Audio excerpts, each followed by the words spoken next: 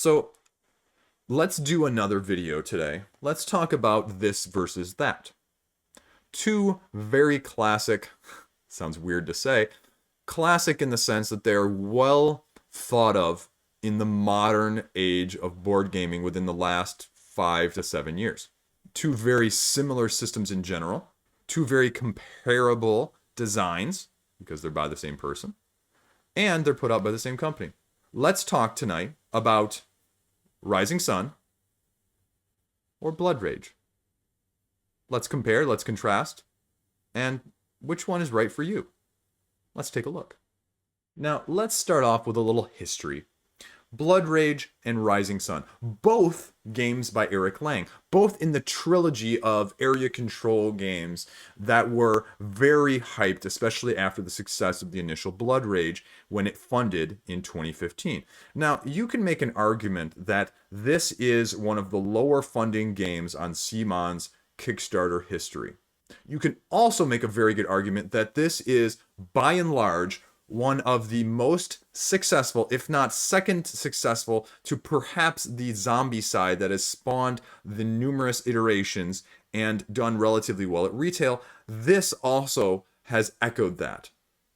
And it is in a style that CMON has not really replicated since then. Blood Rage really sort of flew under the radar. $900,000 raised on Kickstarter back in 2015 was a lot, let's not kid ourselves. At the same time, until the Dice Tower review came out, it really didn't have a lot of the hype that nowadays a lot of the major Kickstarters from the larger companies will have even on a routine basis. If you're not familiar, Blood Rage is an area control game where, as it may suggest and the art gives the vibe away, it is in the Norse mythology, where you are a Viking clan pillaging, conquering, battling, trying to control areas of the Norse land. Now, when I say that this is not something that CMON has really reproduced since then, it's because I'm really referring to the compactness of this campaign in general. The exclusives were relatively minimal. The add-ons were also relatively minimal. And so comparatively to many of the other games in their own repertoire, as well as the subsequent games by other large companies of various ilk and iteration and mechanic, expansions in numerous have become more of the status quo rather than the exception. So what did you get with your original Blood Rage, and why is it still holding up at retail? It's because a lot of the criticisms that CMON gets is that they don't sell games based for retail. They do it for the Kickstarter only, and they sort of, in theory, what people say is they shoot themselves in their foot because they offer so many exclusives and people feel like they don't get the full game when they buy it at retail and they're missing so much. There were 4 monsters that were not terribly balanced well against the base game that were the exclusives, that on the secondary market still go upwards of anywhere from $40 to $50 sometimes. The second Blood Rage campaign sort of escalated that in even with the more exotic, unique monsters. I won't talk about that. But $75 with these 4 Kickstarter exclusive monsters, nowadays, if you would have bought this, especially with the shamans and some of these other tokens, you probably, if you sold this all individually, you could probably get 2, maybe even 3 times your price right now. Has this held up? Yeah, absolutely, price-wise. Gameplay-wise, though, let's talk about gameplay. You know what you're getting from CMON in terms of the miniatures. They are one of the most consistent quality miniatures. I'm not going to say they're the best. They are by far from the worst, but they're quality. What is this game about? This is a game that is really about drafting the cards to pertain to your strategy. Now, the tricky part about this game is this is a game that really requires more of a knowledge of the deck in the first place in each of the 3 ages that you play through. Because without it, you really don't have the ability to plan long-term strategically and know what cards are available to complete your plan or if it's going to fall flat. Because that includes drafting monsters, drafting more units, abilities for the units, and just events or quest cards or bonus. You also get bonuses based on being the first to conquer an area each round. So here is the example of the map. Again, very straightforward. You are destroying via Ragnarok happening an area each round of the game. Anything is in that area is destroyed. You know what's happening. You can even plan for it and plan for the victory via getting your guys killed and getting the glory from the battles. So there are viable strategies, and this game definitely evolves around the meta. But as the main weakness of this type of game, this does not scale well at lower player counts. 2 players is no. No, you just don't want to play it at 2 players. 3 players even, it's suboptimal. It does not achieve its full glory. 4 and 5, it's where it more shines. So we've talked about Blood Rage and what is Blood Rage. Now let's take a look at Rising Sun. This was set as sort of the sequel, the follow-up, the evolution, the next in the stage of Area Control from Eric Lang. Based on the hype from Blood Rage, again, this was probably the most hype from CMON at that point. And they took more of the Eastern Japanese folklore theme and they ran with it. They didn't stay fully true to some of the folklore. They didn't say that they were trying to, but they definitely didn't in terms of that. And there's a couple things you can Google that are amusing that people snuck in there. But how does this differ from Blood Rage? Now, for starters, the base pledge for this is already higher than the whole thing almost for Blood Rage. So this is where you start to see the escalation of prices, especially in the CMON world. So you were paying for more to begin with. You were also getting an extra expansion. Now this is where people got a little bit peeved, and this is where the biggest FOMO came out. The extras that came with this were these plastic markers and tokens. And the expansion that came with this, the Dynasty Invasion, if you bought it on Kickstarter, you got the matching set. But if you tried to buy it at retail, it would not have it. So if you had just the base game from the Kickstarter and the expansion from retail, your tokens and your citadels and your little pieces would not match. Is that a big deal to you or not?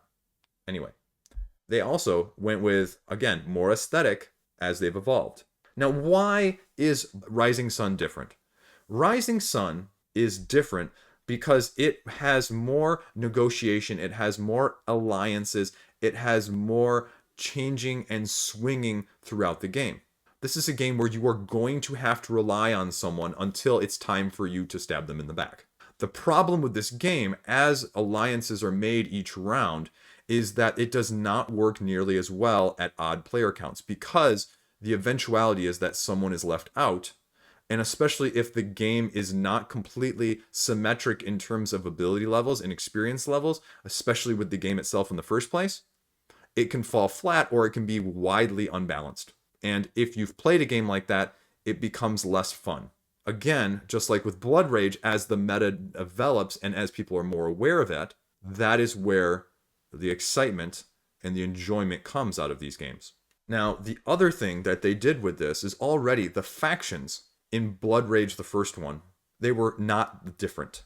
It was how you upgraded them that made them different. They went completely the different route here with having each of the clans already be asymmetric and have different powers and different abilities in order to influence a little bit on that side of things. But they took some of the monsters, and I feel like they just kind of dialed them up on this game. Made them so, I don't want to say overpowered or broken, but they did it in such a way that you don't just have the 4 monsters like in Blood Rage that were like that. It's just sort of you have a bunch of them in this game. So if one turn somebody pulls out an overpowered monster, well, the next turn you pull out your overpowered monster in a different way, and the next turn the third person pulls out theirs. So there is some balance in the extremes, if that makes sense.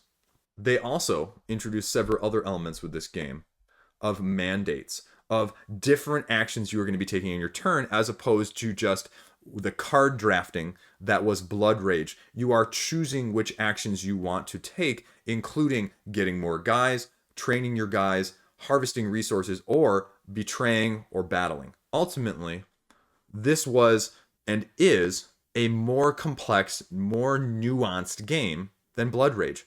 However you feel about it, there are more elements that you have to be aware of, that you have to take into account for, and that you have to plan for, apart from which card am I taking and what order am I playing them in. Because that at the core is more of Blood Rage. This is more which action, how am I planning, where am I moving, because the map is also much larger.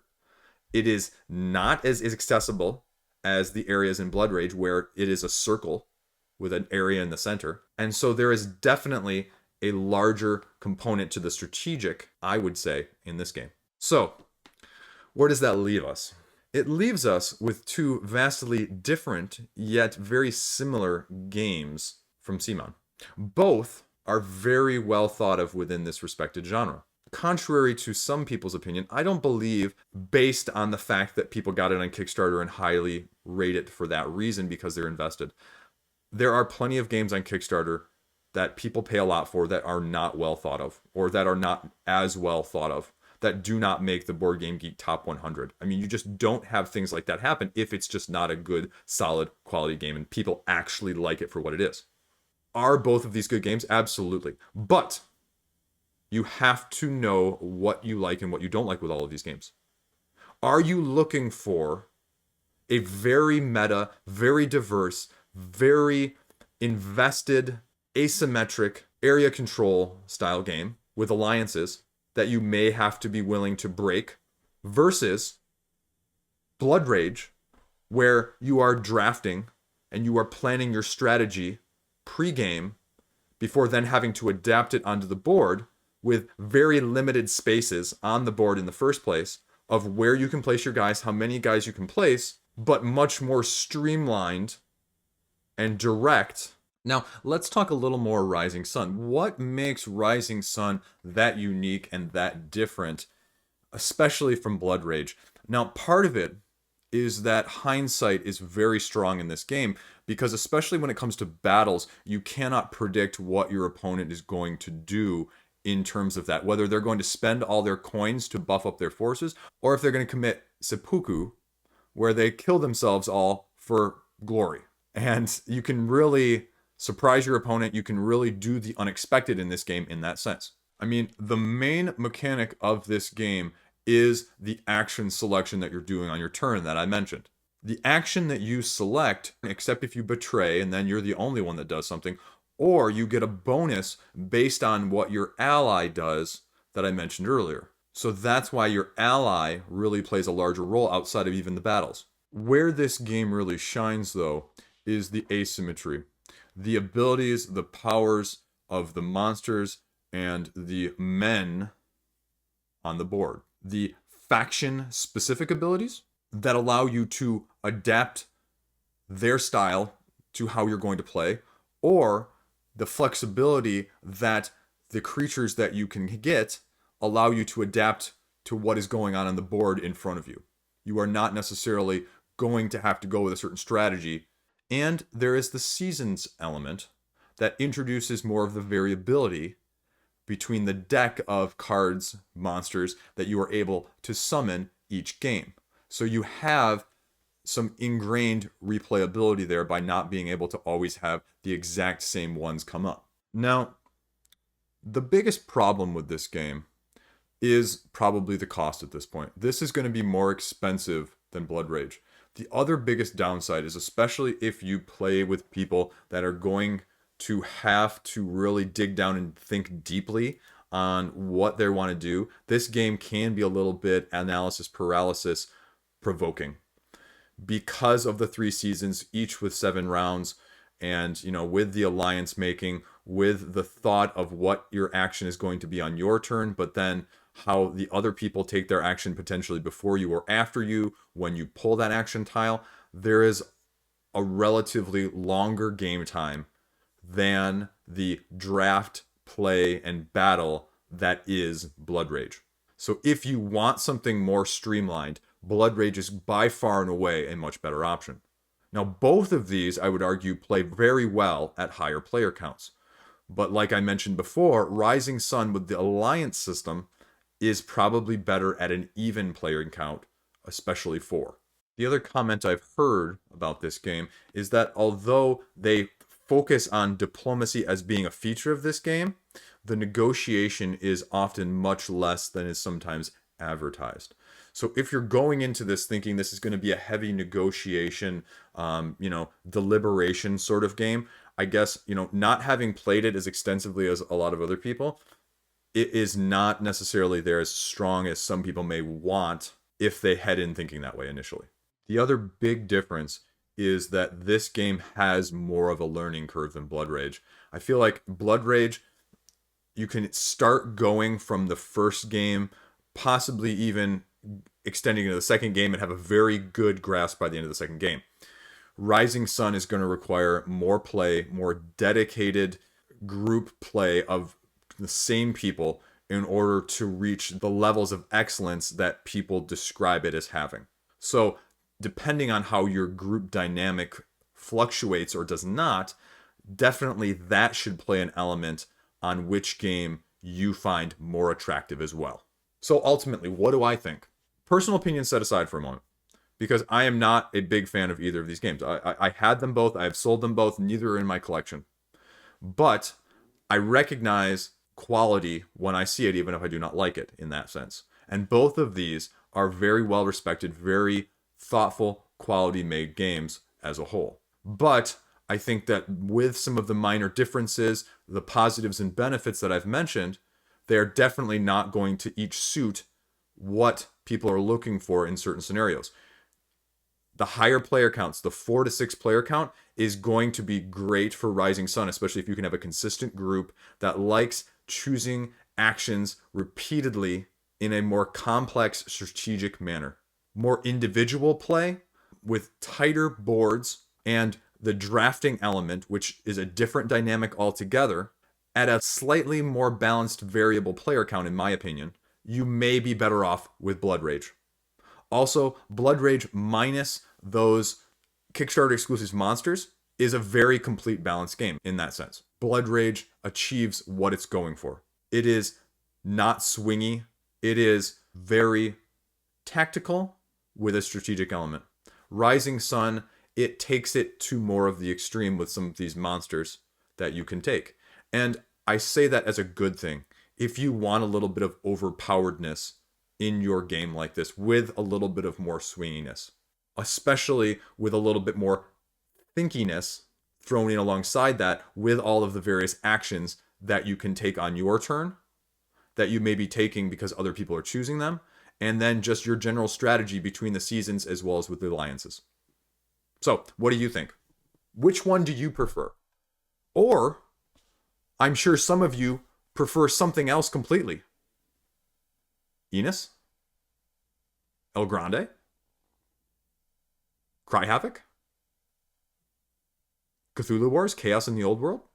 There's plenty out there. What do you think? What do you like? 2 different games, same company, same designer. Your choice. As always, thanks for listening to my ramblings. See you around, hopefully. Stay classy.